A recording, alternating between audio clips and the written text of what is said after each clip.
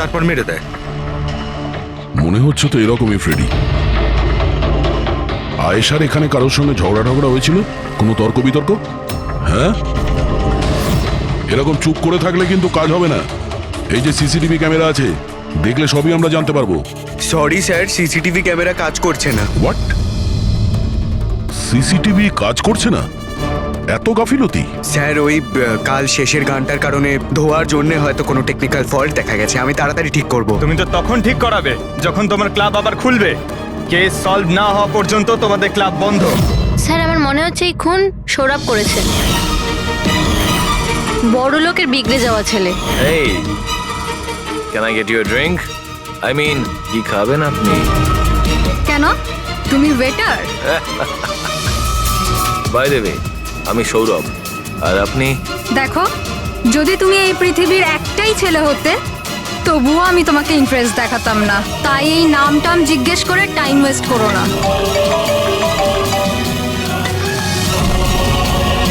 যখন আয়েশাকে উত্তর দেয়নি তখন ও রেগে পিছন পিছন বাইরে গেল। সৌরভ কোথায়? স্যার ও তো নেই। তোমাকে বলেছিলাম না আমি, কেউ এই ক্লাব থেকে বাইরে যাবে না। স্যার যেতে দিইনি আমি। হয়তো ও অপরাধ করার পরেই পালিয়ে গেছে, আয়েশার ভেতরে আসার আগেই।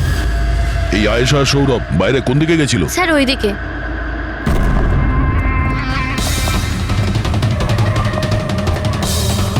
স্যার, রক্তের দাগ। তাহলে এখান থেকে আয়েশা ভেতরে গেছিল। আগে দেখি। স্যার দেখুন, এখানেও রক্তের দাগ। পঙ্কজ, ও নো, এত রক্ত! আর এই কাঁচের টুকরো, মনে হচ্ছে আয়েশার উপর হামলা এখানেই হয়েছে। স্যার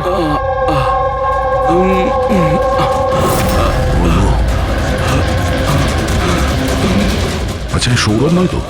এর পরিস্থিতি খুব খারাপ। অ্যাম্বুলেন্সকে ফোন করো। ক্লাবে এতগুলো লোকের মাঝখানে একটা মেয়ের খুন হয়ে গেল। মামসাদদের খুঁজে পাওয়া যাচ্ছে না। সিসিটিভি ক্যামেরা আছে কিন্তু কাজ করছে না। তার থেকেও বড় কথা, এখানে কেউ কিছু হতে দেখেনি। কি অদ্ভুত ব্যাপার না? আয়েশা এভাবে আমাকে ফেলে রেখে যেতে পারে না। আমাদের এখানে আসাই উচিত হয়নি। Please don't Cry. নিজেকে এভাবে দোষ দিও না। ডোন্ট ওয়ারি, সব ঠিক হয়ে যাবে। আপনার বান্ধবীর এখানে খুন হয়েছে আর আপনার এই ব্যবহার? হ্যাঁ, এতক্ষণ ধরে এখানে যা হয়েছে তাতে মনে হচ্ছে যে খুনি এখানে আয়েশাকে মারার উদ্দেশ্য তো এসেছিল না, রেডি হয়ে আসেনি। এখানেই ক্লাবে এমন কিছু হয়েছে যার জন্য ও রেগে গিয়েছিল, আর তাই ও আয়েশাকে খুন করে দিয়েছে। আর তার সাথে সৌরভের ওপরও হামলা করেছে। আমার মনে হচ্ছে যে ওই খুনি আপনাদের মধ্যে কেউ একজন। ফ্রেডি, পঙ্কজ, এখানে যত লোক আছে তাদের সবার ডিটেলস নাও। মাফ করবেন রাইমা, আমি নিজের দিক থেকে অনেক চেষ্টা করেছি, কিন্তু এখন এর থেকে বেশি সাহায্য আর করতে পারবো না। ইটস ওকে ডক্টর, আপনার যা করার ছিল আপনি সবকিছু করেছেন, আর আমরা এর বেশি আর কি করতে পারি?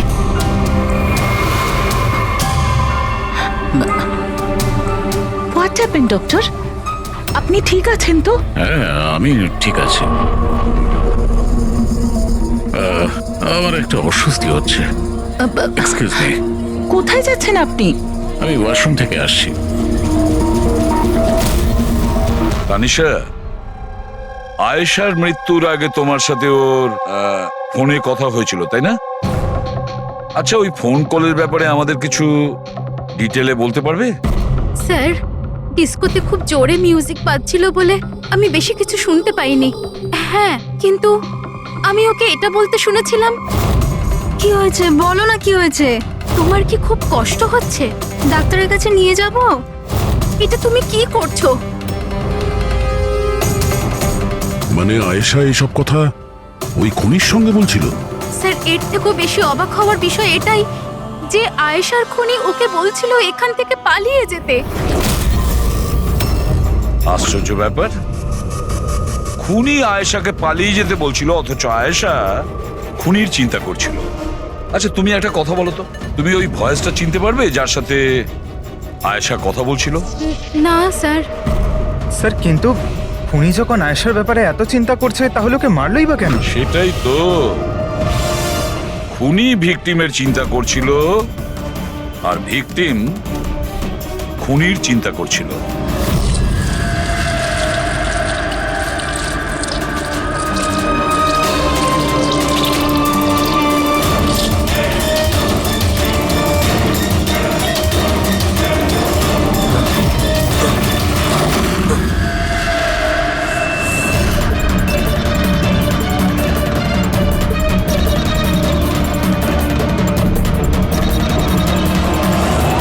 গান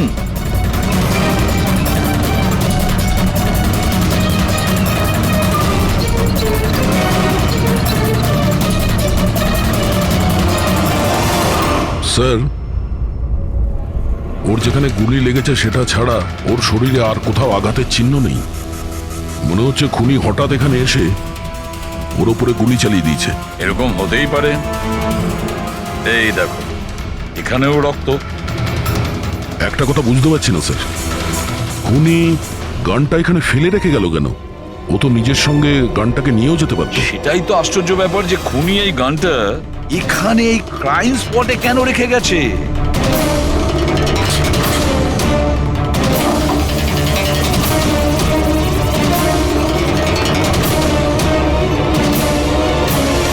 স্যার,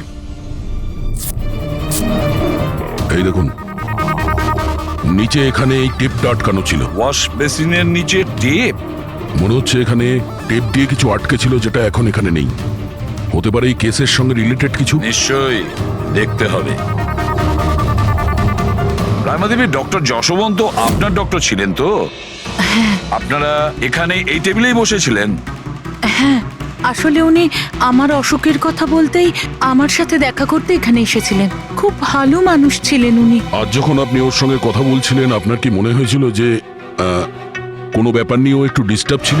ডিস্টার্ব তো নয়, কিন্তু হ্যাঁ, হঠাৎ করে ওনার শরীর খারাপ হয়ে গিয়েছিল আর উনি এক্সকিউজ মি বলে ওয়াশরুমে চলে গিয়েছিলেন। আমি তো ভাবতেই পারিনি যে এরকম একটা ঘটনা ঘটবে। স্যার, হ্যাঁ, এ হলো এই কফি শপটার ম্যানেজার। এখানকারও সিসিটিভি ক্যামেরাগুলো কাজ করছে না। স্যার, 2 ঘন্টা আগেও তো কাজ করছিল, কিন্তু হঠাৎ করে টেকনিক্যাল প্রবলেম হয়ে যায়, সেই জন্য ইঞ্জিনিয়ারকে ডেকেছি আমরা।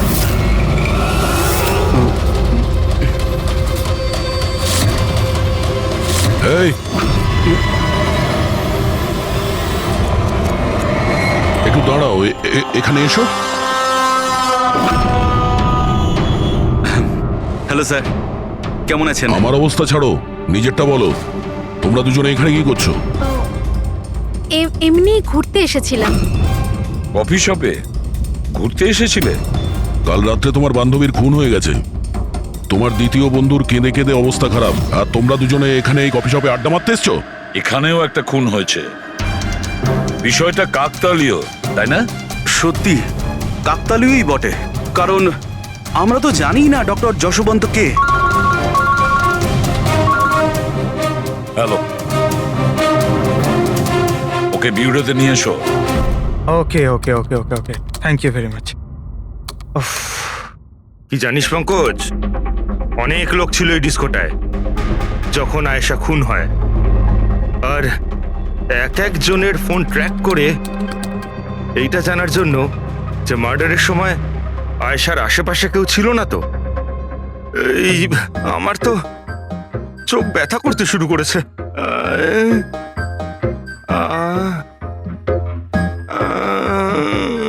আরে স্যালাডগুলো চোখে লাগানো বন্ধ করুন ফ্রেডি স্যার। আরো কত লোকের নাম্বার ট্রাই করতে হবে, কাজ করুন। ভগবান। সৌরভ, এখন তোমার শরীর কেমন? শরীরের আঘাত না হয় আজ নয় কাল ঠিক হয়েই যাবে স্যার, কিন্তু যা আমি ওই দিন দেখলাম সেটা হয়তো সারা জীবন কোনোদিনও ভুলতে পারবো না আমি। না আমি ওই পাবে যেতাম, আর না আমি আয়েশার চিৎকার শুনতে পেতাম। কিন্তু আয়েশার পিছন পিছন তো তুমি গিয়েছিলে, ও তোমার সঙ্গে ভালো করে কথা বলেনি সেই জন্য। এই কথাটা সত্যি স্যার যে আমি আয়েশার পেছনে গিয়েছিলাম, কিন্তু আমি যখন ওকে ড্রিঙ্ক অফার করলাম ও বারণ করে দিল স্যার। ইনফ্যাক্ট ও আমার ইনসাল্টও করলো স্যার। তাই আমার খুব খারাপ লেগেছিল স্যার, আর তাই আমি ওর পিছু নিয়েছিলাম। ও মাই গড, কে কে করলো এই সব কিছু? চলো তোমাকে আমি হসপিটালে নিয়ে যাই। এই এই দাঁড়াও, আরে দাঁড়াও। আর তারপরে? স্যার আমার এখনো মনে আছে যখন আমি ওর রিস্টটা ধরেছিলাম স্যার, সেটা একেবারে নর্মাল ছিল না। ওটা নর্মাল মানুষদের রিস্ট ছিলই না। আমার খুব অদ্ভুত ফিল হয়েছিল স্যার।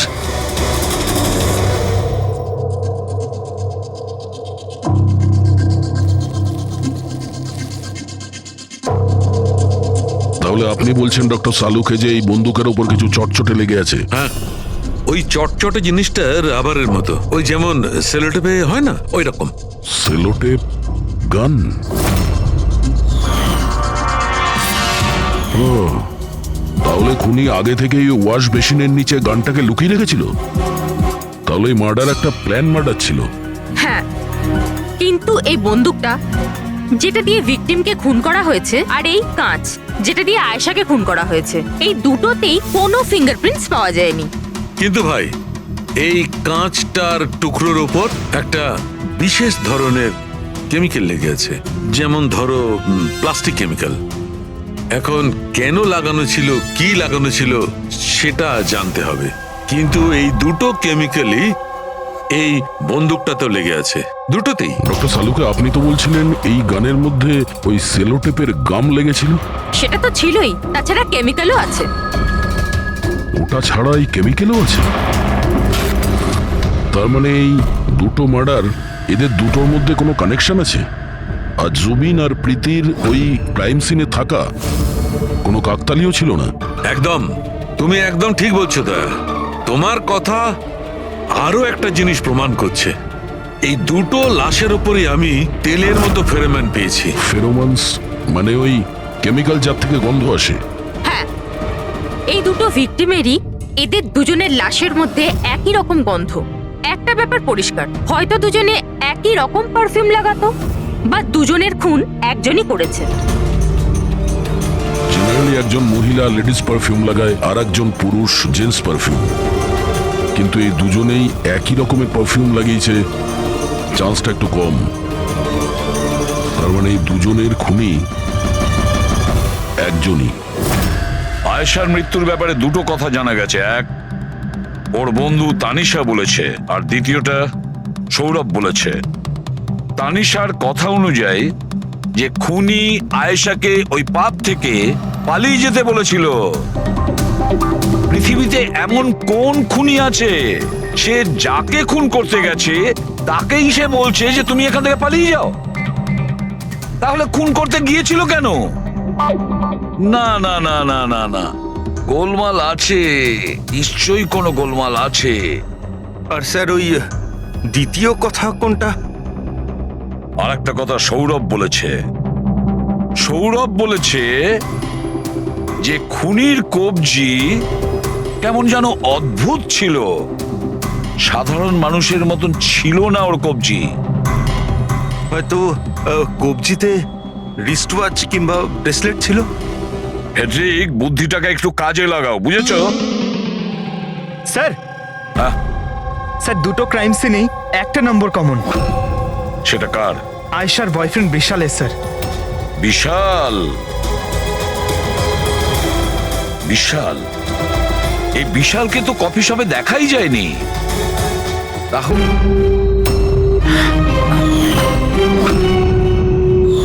রায়মা দেবী, আপনি আর এখানে? স্যার, এটা আমারই বাড়ি, কিন্তু আপনারা এখানে ওনাকে কি খুন করেছে সেটা জানতে পেরেছেন? রাইমা, এরা কারা? সিআইডি অফিসার্স, আপনারা প্লিজ ভেতরে আসুন, প্লিজ কাম। সিআইডি? আর স্যার, ইনি আমার হাজবেন্ড, আর এ আমার ছোট ছেলে সন্দীপ। আর বড় ছেলে বিশাল, সে কোথায়? কিন্তু কি হয়েছে স্যার? দেখুন, আসলে ব্যাপারটা হলো ডক্টর যশবন্ত আর আয়েশার খুনে আমাদের মনে হয় হয়তো বিশালের কোনো হাত আছে। এ আপনি কি বলছেন? অভিযোগ প্রমাণিত হয়নি, কাউকে গ্রেপ্তার করতে পারেননি, তো যে কোনো কাউকে ফাঁসিয়ে দেবেন? দেখুন, সিআইডির কাজই হচ্ছে অপরাধী পর্যন্ত পৌঁছানো, নাকি কোনো নিরপরাধীকে ধরে এই কেসটা বন্ধ করে দেওয়া। আপনি দয়া করে একটু বিশালকে ডাকবেন। দাদা খুন করতেই পারে না, আপনারা দয়া করে ওকে ধরে নিয়ে যাবেন না। সন্দীপ, আমরা কিন্তু তোমার দাদাকে এখানে ধরতে আসিনি, আর আমরা এটাও বলিনি যে তোমার দাদা কিছু করেছে। আমরা তো তোমার দাদাকে কিছু প্রশ্ন করব, ব্যাস। আপনারা আমাকে সন্দেহ করছেন? 1 মিনিট বিশাল, তুমি ভেতরে যাও।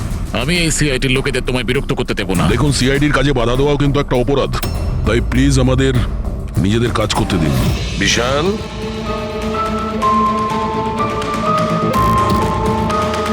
ডক্টর যশবন্ত খুন হয়েছেন ওই ক্যাফেতে, আর তুমি সেই মুহূর্তে ওই ক্যাফেতে ছিলে। কেন, কিসের জন্য গিয়েছিলে ওখানে তুমি? স্যার, আমি তো ওখানে জুবাইন আর প্রীতির সাথে দেখা করতে গেছিলাম। আমি জানতাম না যে আঙ্কেল ওখানে হঠাৎ মায়ের সাথে দেখা করতে আসবেন। আয়েশার সাথে তোমার ঝগড়া চলছিল না? আমি ভীষণ কষ্ট পেয়েছি স্যার ও মারা যাওয়ার পর। আমি জানি না ওকে ছাড়া আমার বাকি জীবন কিভাবে কাটাবো। আমি কিছুদিন একা থাকতে চাই। ঠিক আছে, তুমি গিয়ে রেস্ট নাও। এরপরে কিন্তু দেরি করা যাবে না। আরে, আপনারা আবার এখানেও? মাঝে মাঝে নিজের বাড়িতে যান নাকি? সবসময় বিশালের আশেপাশে ঘোরাফেরা করছেন? না স্যার, এমন কোনো কথা নয়। অ্যাকচুয়ালি ও খুব হতাশ হয়ে থাকে, ভাবলাম ওর সাথে থাকলে ভালো হয়। খুব গভীর বন্ধুত্ব, হ্যাঁ? জুবিন, প্রীতি, বিশাল, কড়া নজর রাখতে হবে এই তিনজনের ওপর।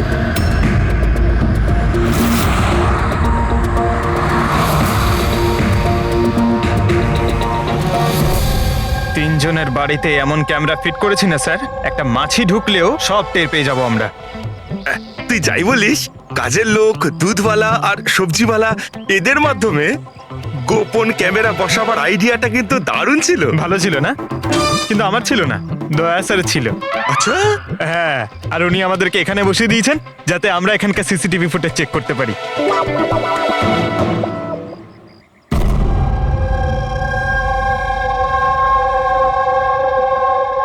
আরে বস, বস একটা বড় সূত্র হাতে এসেছে যেটা এই কেসটার সলভ করতে সাহায্য করবে। সেটা কখন বলবে? আরে বলছি তো। আরে তাহলে বলো তাড়াতাড়ি। আরে ভাই, নিঃশ্বাস তো নিতে দাও।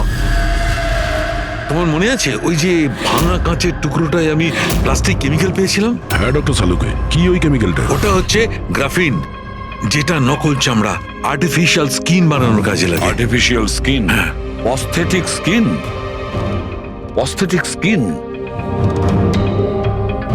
অস্থেটিক। দয়া, মনে আছে সৌরভ কি বলেছিল? যে খুনির হাতের ওপর ও অদ্ভুত কিছু দেখেছিল। Aesthetic skin, aesthetic arm. তাহলে কি এই খুন কোনো রোবটের মাধ্যমে হয়েছে? মানে খুনির ওইভাবে সাহায্য চাওয়া এটা তো নয় যে এই খুনটা আনইনটেনশনালি হয়েছে, না চাইতে? না দয়া, অনিচ্ছাকৃত খুন এইভাবে হতে পারে না। আর রইল কথা রোবোটিক আর্মের।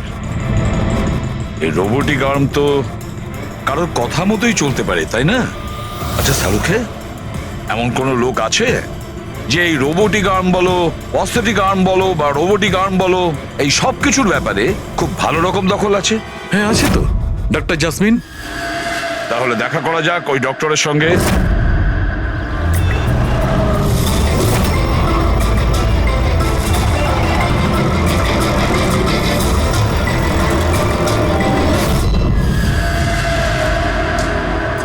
ডক্টর জাসমিন, আমরা এটা জানতে চাই যে যদি এই এরকম প্রস্থেটিক লাগানো হাত লাগানো হয়েছে, রোবোটিক আর্ম, তাহলে কি ওই হাত, ওই আর্ম অন্য কারোর ইনস্ট্রাকশনে কাজ করতে পারে? মানে নকল হাত লাগানো হয়েছে একে, কিন্তু এই হাত দিয়ে কি কাজ করাতে হবে তার কন্ট্রোল এর কাছে নেই, বিয়ের কাছে আছে, তাই তো? কারণ আমাদের সন্দেহ হচ্ছে যে খুন নিজের ইচ্ছায় করছে না, কেউ ওকে দিয়ে করাচ্ছে। স্যার, এটা শুনে যতটা কঠিন মনে হচ্ছে আসলে ততটা কঠিন নয়। হ্যালো, দামিনীকে একটু ভেতরে পাঠাও। হ্যাঁ, সেই রুগীটাই যার কাল টেস্ট হয়েছিল। রুগী?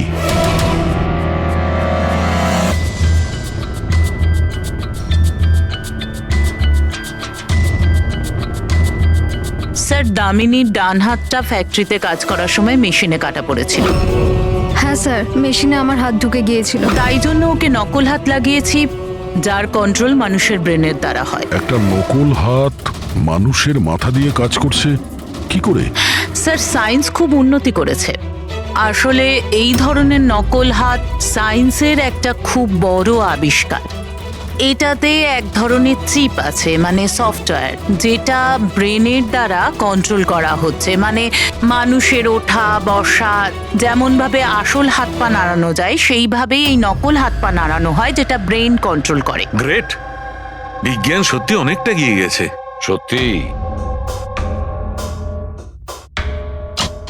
Robotic arm.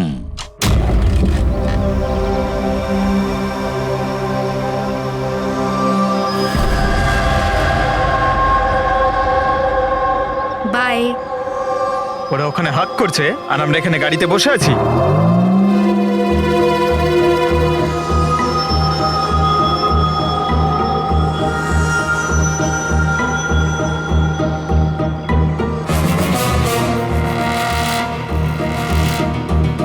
ফ্রেডি স্যার, এই বিশাল তো প্রীতির বাড়িতে যাচ্ছে।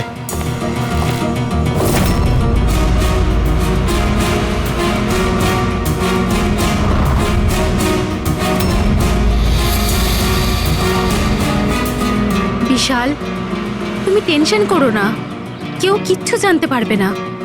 আমরা কোনো না কোনো উপায় ঠিক বের করব, ওকে? এ নাও, কফি খাও।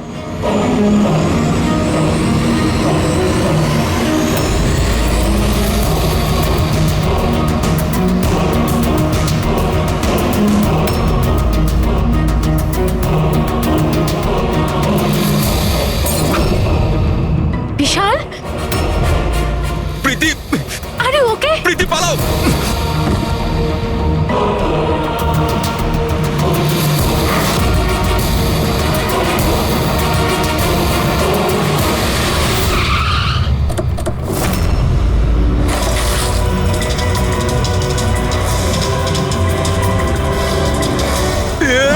বিশাল, না, বিশাল ছাড়ো।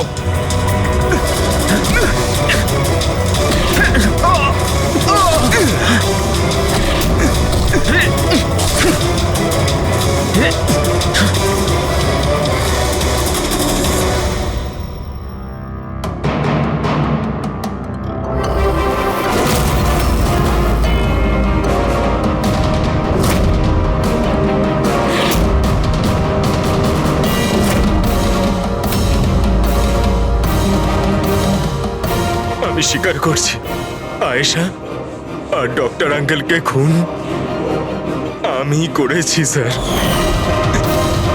তুমি এখানে কি করছো? কি হলো? কি হচ্ছে এটা? আমি বুঝতে পারছি না কি হচ্ছে আমার হাতে। কিছু প্রবলেম? কি হচ্ছে বলছো না কেন কিছু? ডাক্তারের কাছে নিয়ে যাবো? এটা কি করছো? এটা কি করছো? আয়েশা পালাও এখান থেকে, পালাও। আমি বলছি তোমাকে পালাও, আয়েশা।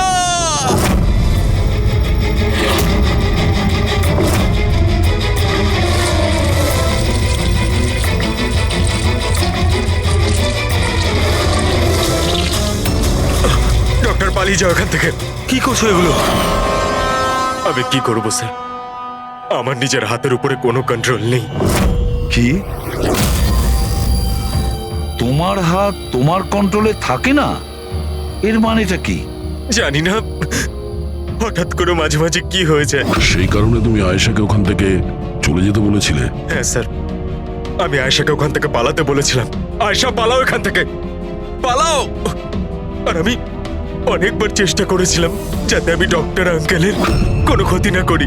ডক্টর, পালাও এখান থেকে তুমি। একটা কথা বলো, কেন গিয়েছিলে তুমি ওই ক্যাফেতে? আমি ওখানে ডক্টর আঙ্কেলের কাছে আমার হাত ঠিক করাতে গেছিলাম, আর জুবেইন, প্রীতি আমাকে সাহায্য করছিল। কারণ আমি আমার বাড়িতে বলতে পারতাম না যে আয়েশাকে আমি নিজের হাতে খুন করে দিয়েছি স্যার। আমি জানি স্যার, আমার কথায় বিশ্বাস করাটা খুবই কঠিন, কিন্তু সত্যি এটাই। খুন আমি নয়, বরং আমার হাত করেছে। ডক্টর জাসমিন, বিশাল যা যা বলছে সেটা সত্যি? আমি বলতে চাইছি যে এটা কি সম্ভব যে একটা রোবোটিক আর্ম নিজে থেকেই ডেভেলপ করে আর সেই কারণেই তার মনে হয়েছে যে খুন করা যেতে পারে? চান্সেস কম স্যার,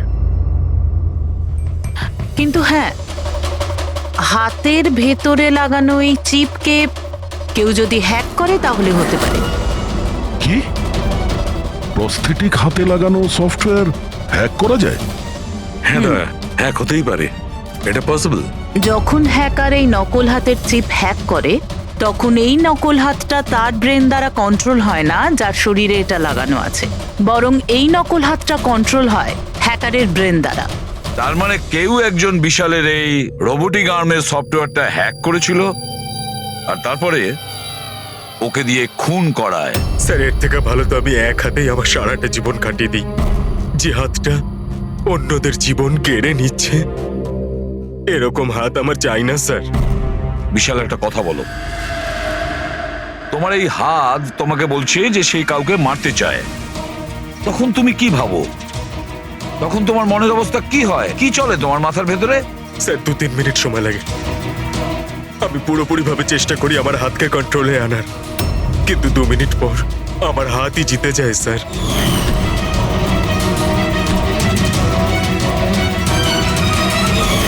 চিন্তা করো না, এবার আমরা তোমার এই রোবোটিক আর্মের ভেতরে একটা ট্রান্সমিটার ফিট করব, আর যার থেকে আমরা জানতে পারবো যে ও কাউকে মারতে চায় বা হয়তো কারোর থেকে ইনফরমেশন পাচ্ছে যে তুমি গিয়ে খুন করো, সেটাও আমরা জানতে পারবো।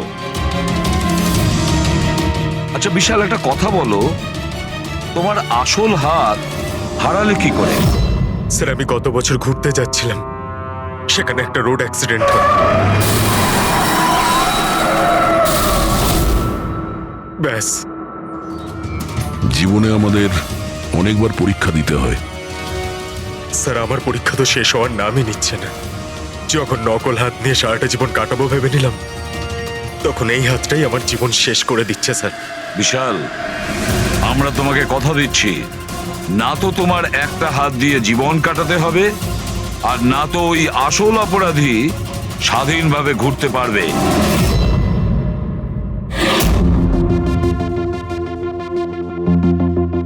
বিশাল, অপরাধী প্রথমে বিশালকে দিয়ে আয়েশাকে খুন করায়।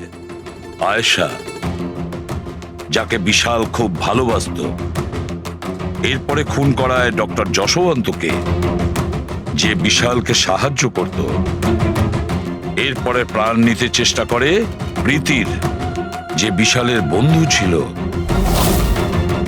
এরা প্রত্যেকেই হলো বিশালের শুভাকাঙ্ক্ষী, আর এরা প্রত্যেকে বিশালের আপনজন। সবাই বিশালের খুব কাছের মানুষ। তাহলে এই অপরাধী কে হতে পারে? কে সেই অপরাধী? এও তো কোনো কাছের মানুষ হতে পারে, বিশালের কোনো আপনজন। পঙ্কজ, বিশালের অ্যাক্সিডেন্টের পুরো ডিটেল আমার চাই, A to Z। Hello sir, আমি Jaspal. Computer expert? Yes sir. Computer hack করতে পারো? যত বড়ই কম্পিউটার হোক বা সার্ভার, এক তড়িতে হ্যাক করতে পারি। রোবোটিক আর্মের সিস্টেম হ্যাক করতে হবে, পারবে? নিশ্চয়ই স্যার, পারবো। এতে সবকিছু পেয়ে যাবে। হয়ে যাবে স্যার। আর এটার জন্য আমি ট্রেস রাউটিং এর ইউজ করব। সেটা আবার কি?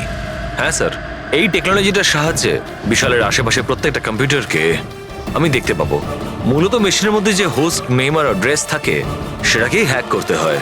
আচ্ছা। আর ট্রেস রাউটিং এর সাহায্যে আমরা শহরের যে কোনো জায়গায় বসে থাকা যে কোনো হ্যাকারকে খুব ইজিলি খুঁজে বের করতে পারবো। ফ্যান্টাস্টিক। আর যে বিশালের রোবোটিক আর্মের সিস্টেম হ্যাক করেছে, এবার আমরা ওর সিস্টেমকে হ্যাক করব।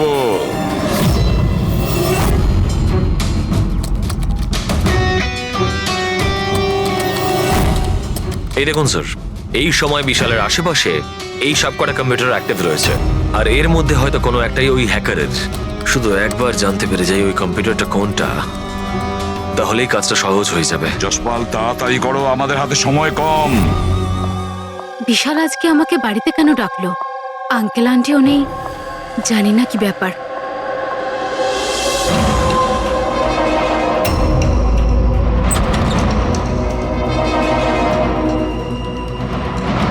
বিশাল, বিশাল, প্রীতি, তুমি জানো যে আমি তোমাকে মারার চেষ্টা করেছি, তবুও তুমি আমার কাছেই এলে। বিশাল, তুমি তো আমাকে ফোন করে এখানে ডাকলে। আমি হ্যাঁ, আমি কখন ডেকেছি? তুমি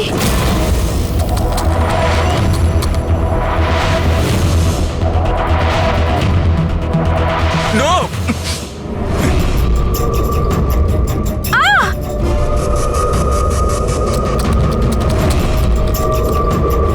পালাও প্রীতি, বিশাল, প্লিজ বিশাল, পালাও please! এখান থেকে। Vishal please, Vishal, Vishal please.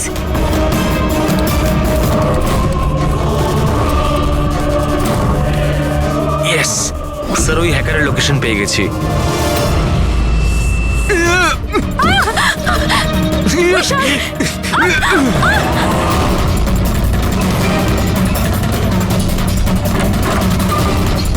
Sir, আপনি এখানে কি করছেন? বিশাল প্লিজ।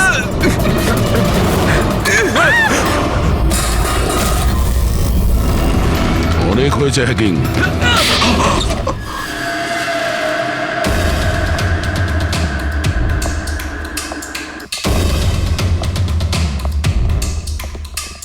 আবার এসে গেলেন আপনারা। এবার এটা যেন বলবেন না যে ওকে আপনারা ধরতে এসেছেন। আগে না, আমরা বিশালকে ধরতে আসিনি, খুনিকে ধরতে এসেছি, যে এই মুহূর্তে এখানে উপস্থিত। খুনি এখানে? কি বলছেন আপনি? আপনি আপনার মিথ্যে অভিযোগ কার ওপর লাগাবেন? মননবাবু, গত বছর একটা গাড়ির অ্যাক্সিডেন্ট হয়েছিল খান্ডালাতে। 3 জন ছিল ওই গাড়িতে। 22 বছরের ছেলে বিশাল, 15 বছরের ছেলে সন্দীপ, আর 9 বছরের ছোট বাচ্চা সোনিয়া। গাড়ি বিশাল চালাচ্ছিল। গাড়ির অ্যাক্সিডেন্ট খুব সাংঘাতিক হয়েছিল। বাচ্চা মেয়ে সোনিয়া স্পট ডেড হয়ে গেছিল। আর আর সন্দীপ প্যারালাইজড হয়ে গেছিল। ও এখনো চলতে পারে না। এসব আপনি কি করে জানলেন আঙ্কেল? ওই অ্যাক্সিডেন্টে সব থেকে কম আঘাত লেগেছে বিশালের, তবে যে আঘাতটা লেগেছে সেটাও কম নয়। বিশালের নিজের হাতটা হারাতে হয়েছে।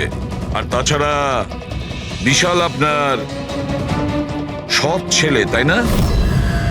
স্যার, বিশাল আমার কাছে নিজের সন্তানের মতোই। আমি আপনাকে রিকোয়েস্ট করছি, আপনি বিশালকে আমার সৎ ছেলে বলবেন না। আই এম সরি মদন বাবু, যদি সব বাবা আপনার মতন ভাবতো তাহলে তো ভালোই হতো। যদি রায়মা দেবী এভাবে ভাবতেন। কি রায়মা দেবী? আচ্ছা, আপনার মনে অনেক রাগ জমে আছে, তাই না বিশালের জন্য? কারণ বিশালের জন্য আপনি আপনার নিজের মেয়েকে হারিয়েছেন, আর আপনার নিজের ছেলে সারা জীবন চলাফেরা করতে পারবে না। আপনি কি বলতে চাইছেন? আমরা কি বলতে চাইছি ওটা এক্ষুনি জেনে যাবেন। পঙ্কজ,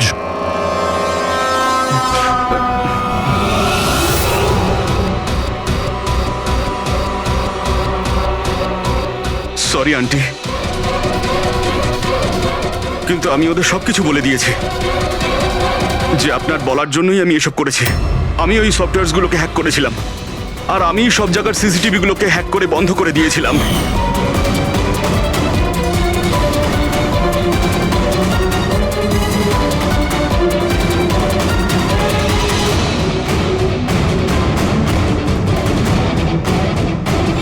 বিশালের থেকে প্রতিশোধ নেওয়ার জন্য আমি ওর গার্লফ্রেন্ডকে মেরেছিলাম। তারপরে ওই ডক্টরকে, যে বিশালকে হেল্প করতো, তারপর প্রীতির উপরে আক্রমণ। এসব করার জন্য আন্টি আমাকে অনেকগুলো টাকা দিয়েছিলেন। তুমি যে এতটা নিচে নেমে যাবে আমি ভাবতেও পারিনি। ঠিক আছে, সত্যিটা যখন আপনাদের সামনে এসেই গেছে, তখন আমি আপনাদের সবাইকে এটাও বলছি যে আমি তোমাকে মারার পর ওকেও মারতে চেয়েছিলাম, কারণ যেভাবে আমার আপনজনেরা কষ্ট পেয়েছে আমিও চেয়েছিলাম বিশাল সেই কষ্টই পাক, ততটা যন্ত্রণা ওরও হোক। ওটা অ্যাক্সিডেন্ট ছিল, একটা ভুল। ভুল?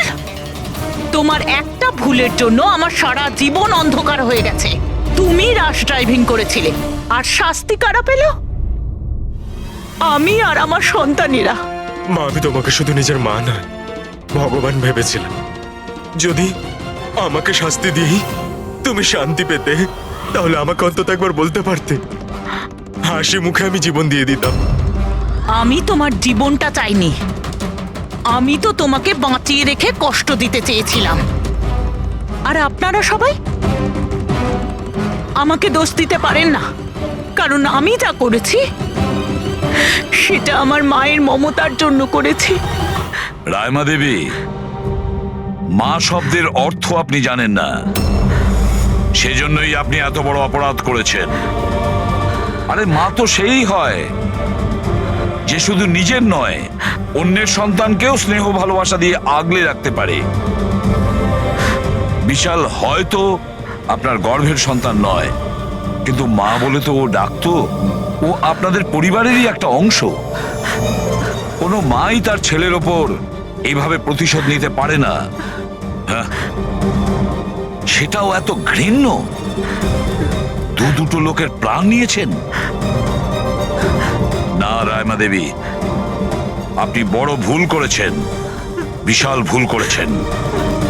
আদালত আপনাকে কোনোদিন ক্ষমা করবে না, কোনোদিন ক্ষমা করবে না। কঠোরতম শাস্তি হবে আপনার।